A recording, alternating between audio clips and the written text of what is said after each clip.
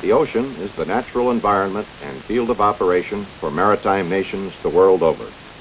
It is logical and necessary that these nations learn as much as possible about oceans and their boundaries. The effective operation of naval forces is dependent upon this knowledge. Indeed, success or failure of specific naval missions can hinge critically on a commander's knowledge of a single environmental peculiarity of the water mass. Recognizing this, the Navy has given high priority to research and studies on problems basic to the science of oceanography. The U.S. Navy Electronics Laboratory, a leading bureau of ship's activity in oceanography, has had assigned to it several significant areas of oceanographic research. They are incorporated in the basic statement of the laboratory's mission. Thus, since 1946, basic oceanographic research has been an integral part of the program of the laboratory and has been vital to the support of various other programs of basic concern to the Navy. In pursuing its assigned task, NEL has acquired a number of special tools and facilities to expedite accomplishment of its continuing mission in oceanographic research. One of the first tools utilized by the laboratory was Scuba. This apparatus permitted the scientist himself to enter the aquatic realm and make first-hand investigations in shallow water. For example, the diving biologist could intrude on the heretofore private life of various fish and aquatic invertebrates such as these Gorgonian corals. The use of scuba is highly rewarding, down to depths of 250 feet.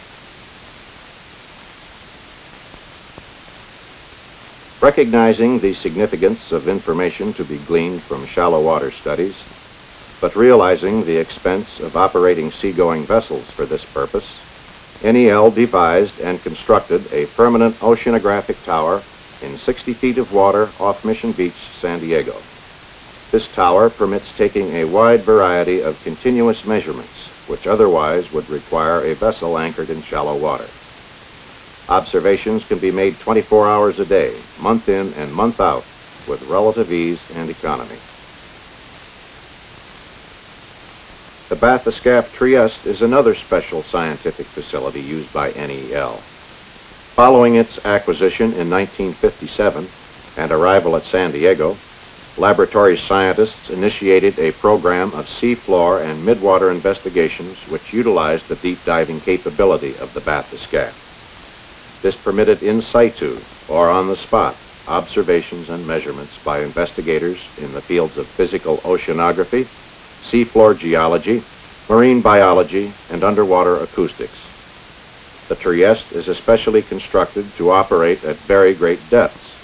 Indeed, it has penetrated the deepest known depth of the ocean. The logistics and cost factors of its operation make it less suitable for shallow water investigations than for deep ocean research. Another tool used by NEL oceanographers is the Thermistor chain, mounted on the fantail of the USS Marysville. This sophisticated apparatus continuously traces temperature isotherms, that is, the depths through which given specific temperatures occur, and automatically plots them on a recorder. From these records, the movement of water masses and the dynamic thermal structure of the ocean can be interpreted. Records are verified by laboratory models, which in turn provide the basis for long-range theoretical studies. These tools and facilities, as well as others not covered here, have a varied application, and they all jointly contribute to the basic Navy requirement of advancing the knowledge of ocean environment and its several boundaries. Recently recognized is a distinct gap in observation capability between the lower operational depths of Scuba and the economically practical upper depth of Bathyscaphe operation. This gap is in the mid-depth area, generally considered to be between 200 and 6,000 feet. With the advent of the Cousteau Soucoupe Sous-Marine, or submarine saucer, it was recognized that this type of underwater vehicle might fill the gap. Consequently, the Navy Electronics Laboratory made arrangements for use of this diving saucer when it became available for lease. NEL wanted to test its utility in several types of oceanographic research: physical oceanography, geology, biology, and associated disciplines. In a period of more than a year, over 21 dives have been made by 5 scientists from NEL. The purpose of this film is to document these dives and to present some of the results of the oceanographic investigations.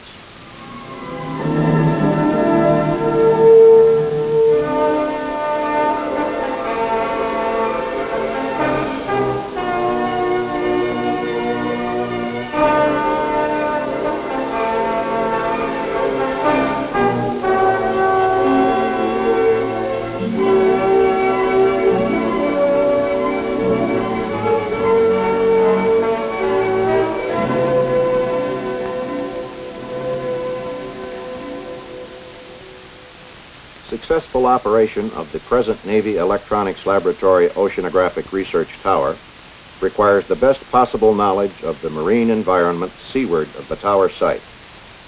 Such basic surface, midwater, and bottom information is critical to the study of surface and internal waves which propagate from the deeper seaward direction. It is also critical to the success of acoustic tests being made in the area in close conjunction with the tower research program. It was quickly realized that the diving saucer provided an excellent means for gaining much of this information.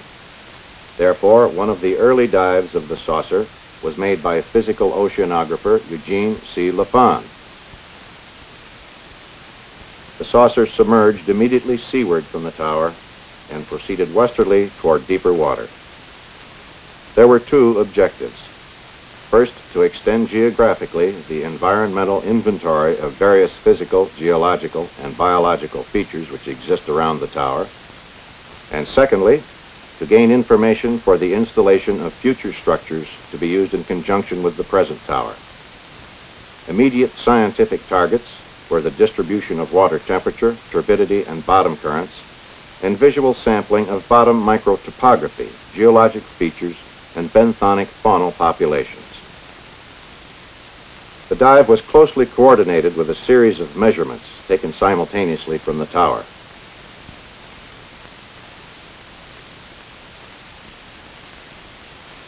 Current at the bottom was only 1/10 of a knot to the south, but winter swell had created large sand ripples 30 inches across and 6 inches high.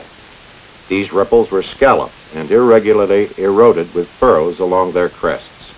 This was caused by the burrowing action of sand dollars, which would alternately crawl and then partially bury themselves in an erect position. The partial burial was always in an orientation giving least resistance to bottom currents. Farther seaward, the ripples became smaller, and the sand dollar population ended. Also, the ripples became sharp-crested. As the Soucoupe proceeded farther, a layer of broken shell was seen to make a hard white band in the troughs. Still farther, the ripples became smaller. Finally, they disappeared as a flat, silty sea bottom, characterized by sea pens, was traversed. It was also noted that both bottom current and turbidity increased as the saucer moved progressively farther from the tower. The saucer was submerged for nearly 4 hours on this dive and covered a controlled track of about 2 miles. Results clearly delineated the contrasting zones seaward of the tower, with characteristic relationships between bottom roughness and bottom-dwelling populations. These relationships help clarify certain anomalies in sound reflection from the sea floor in this area. The dive further established the feasibility of constructing other bottom-mounted installations in deeper water, as no large rock outcrops, unstable bottom conditions, gullies, or other natural obstructions were encountered.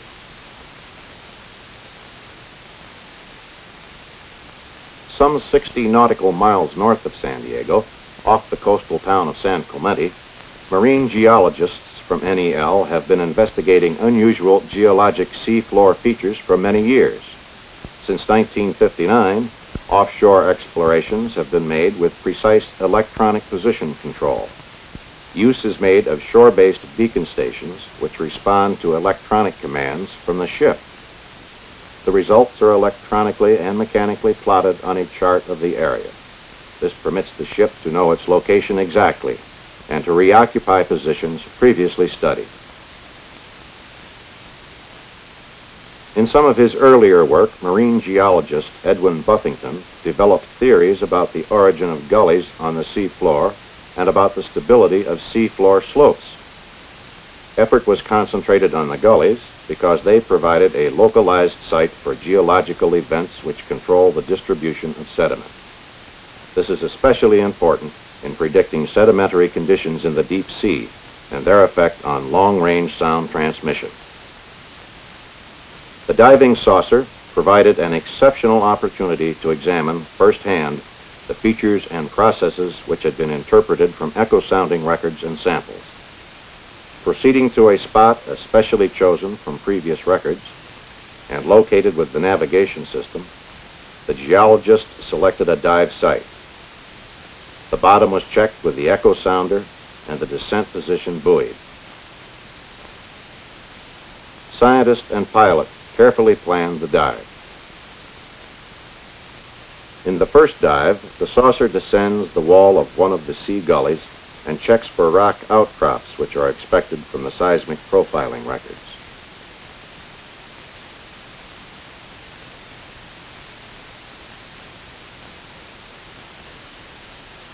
Large outcrops are not found, but the slopes are discovered to be greater than 40 degrees, which is more than twice as steep as those measured by echo sounder. A sample of the sea floor is taken by extending the saucer's hydraulic arm with an attached core sampler and tilting the saucer until the core penetrates the sea floor and brings out a sample of the sediments. Rock outcrops are found at considerably greater depth than expected. At near maximum depth of 1,000 feet, slumps and landslides are found. Vertical cliffs are encountered next to slopes of unconsolidated sediment which are as steep as 45 degrees. Apparently, very steep slopes can be quite stable and still be close to slopes which are unstable. A bonus observation of interest to both biologists and geologists is made when swarms of squid are seen to have a habit of striking the bottom as they feed, creating large clouds of turbid sediment close to the sea floor. This biological action accomplishes a redistribution of sediment and a smoothing of the bottom, with a consequent change in the nature of the reflecting bottom surface.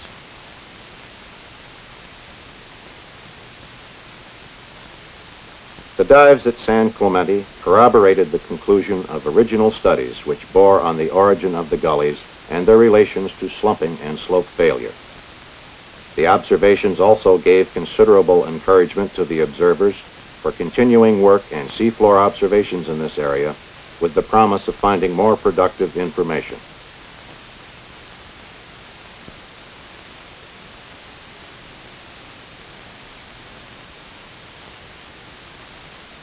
For the past several years, marine geologist David G. Moore has been directing a series of investigations utilizing continuous seismic reflection profiling systems. This work has been conducted from shipboard and has covered large segments of the continental borderland off Southern California, in addition to areas from the Mediterranean to the Asiatic coast. In his studies, the acoustic characteristics of sediments and rocks, which produce reflection of sound waves, were the key element. For this investigator, the diving saucer provided a new opportunity to study and sample those areas of the sea floor where sub-bottom strata, which give reflections, emerge to the surface. Resulting information allows more realistic interpretation of the geophysical records in which the true nature of buried rock can be extended as long as the seismic reflections can be identified. Moore made dives in two locations. The first was on Coronado Bank near the Mexican border, where a prominent submarine canyon incises the edge of the continental shelf. Here he found and sampled sediment which provided the basis for identifying several seismic reflecting layers. These identifications provided useful clues to the basic geologic nature of the bank, the processes responsible for producing the canyon, and the relation of the bank to the fundamental structure of the borderland. The second location was off 30 Mile Bank to the west of San Diego, where the sea floor shoals to within 800 feet of the surface. Here, spectacular outcrops of ancient lavas were found, bearing mute testimony to volcanic activity in the geologic past. 100-foot-high exposures of this basalt, covered with sponges and other types of sea growth, were observed. This type of rock had been found by dredging, carried out in previous years, but the exact nature of the exposures and their relationships to adjacent sedimentary rocks could not be known until actually viewed and explored by the diving saucer. The ability to inspect these exposures virtually at arm's length provides insight into the seafloor processes of weathering and chemical erosion. The additional contributions to erosion made by various rock-destroying animals moving about at will demonstrated another facet of the entire erosional process. Observations on the activities of such animals at these depths are essentially impossible without a submersible. The understanding of the chemical and bulk physical properties of sediments and characteristics critical to the absorption and reflection of sound takes a significant step forward each time a contributing process is revealed. One of the early observers of the seafloor by direct visual methods is marine geologist Robert F. Dill. Starting in 1950, this scientist has concentrated his effort on in situ measurements of the mass physical properties of the marine sediments and sediment movement down submarine canyons into the deep sea. Much of his work was done with Scuba, which limited observations to depths above 250 feet. The arrival of the saucer, therefore, was especially welcome to Dill, for it permitted him to extend his observations to 1,000 feet. His saucer investigations were conducted off Southern California, where the canyons cut through sedimentary rock, and in Mexico, where they cut granite. Studies in these diverse environments were undertaken to determine whether the responsible erosional processes were unique to one rock type and locality, or whether they could be applied to most submarine canyons. The dives in San Lucas Canyon, Mexico, extended observations from the previously studied Sand Falls depths down to the main axis of the canyon. In the tributaries, sandy fill periodically flows downslope, eroding the granite walls and transporting large amounts of wall rock.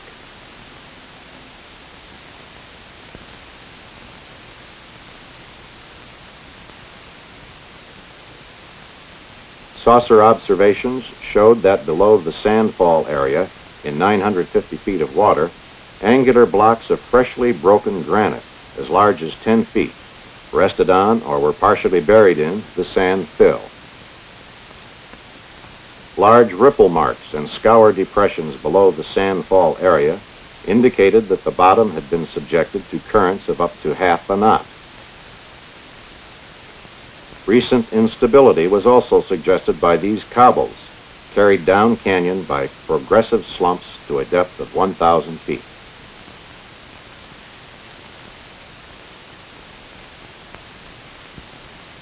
In the main channel above those depths where the tributaries spill sand into the canyon, sediment was found to be highly reworked by marine organisms and to be accumulating at a rate of approximately 2 inches per year. These observations contradict a common belief that submarine processes become more inactive as depth increases. Also of significance to Dill were the bare rock surfaces found only at the base of vertical and overhanging walls. The living population which existed a short distance above the eroded areas constituted evidence of recent erosion. Grooves, gouges, and striations on the rock walls further indicated that the sediment fill of the canyon was slowly moving down slope and had sufficient internal strength to grind away the wall rock. The saucer dives indicated that the primary transporting and eroding processes in canyon depths to 1,000 feet were slow gravity creep, progressive slumping, strong bottom currents, and sand flows in steep areas. The basic agents contributing to erosion of the canyon walls were found to be similar in both sedimentary and granitic rock environments, thus establishing geological processes of considerable significance. Knowledge of these processes provides another element in permitting prediction of the ultimate resting place and distribution of shallow water sediment in the deep sea. Since first discovered at the beginning of World War II, oceanographers have been puzzled by the presence, on echo-sounding records, of a midwater sound-reflecting layer. It was noted that this layer, termed the deep scattering layer, descends at dawn from its nighttime roost near the surface and rises at sunset. Thus, it was suspected to be of biological origin. Also of considerable interest were the strong, discrete reflectors called tent fish because of their signature on the echogram. The cause of this scattering layer has been the scientific target of marine biologist Eric G. Barham. His early investigations included attempts to sample the layer by dragging nets through it to catch organisms. Although various animals were retrieved, it was never certain that a true sample was obtained, since it was always possible that some of the reflecting organisms were fish which could elude the net. Clearly, the best way to study this layer was to actually get into it, stay in it, and observe. Although the deep scattering layer had been penetrated by the Bathyscaphe Trieste en route to the bottom, investigation of this area was made to order for the diving saucer because of the saucer's excellent maneuverability and capacity for hovering at a controlled depth over a long period of time, something the Trieste could not easily do. Barham's dives in the Soucoupe were made in mid-water off Cape San Lucas. They were carefully scheduled to cover the time when the scattering layer began its upward migration at dusk and its descent before dawn. Thus, dives were started in the late afternoon and continued into the hours of darkness, with the ascent and recovery of the saucer made at night. The dive plans required that the Soucoupe descend to a given depth and hover for an extended period, maintaining controlled depth to within 5 meters. It was to turn off its lights, remain as motionless as possible, and then illuminate the area and photograph the creatures before they were affected by the light. Simultaneously, records were taken by a surface ship to indicate acoustically the position of the saucer with respect to the scattering layer. This technique proved to be highly successful, and enough animals were identified to give considerable confidence to previous speculations on the composition of the layer. Small fish, known as myctophids, sometimes called lanternfish, were the main component. In addition, squid were observed feeding on the lanternfish.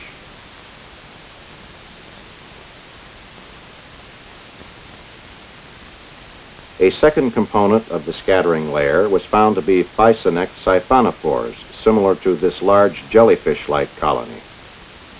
In addition to information on the scattering layer, a considerable amount of data was gathered concerning the nature of strong, discrete reflectors of biological origin, but which give signatures that could be confused with foreign objects invading the environment.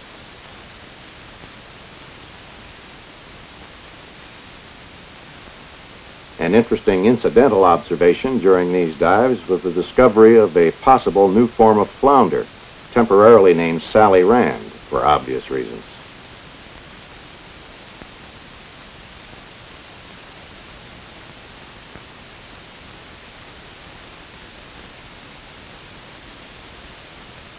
The dive series ended in April 1965. It was the unqualified opinion of all scientific observers that the series was a distinct success.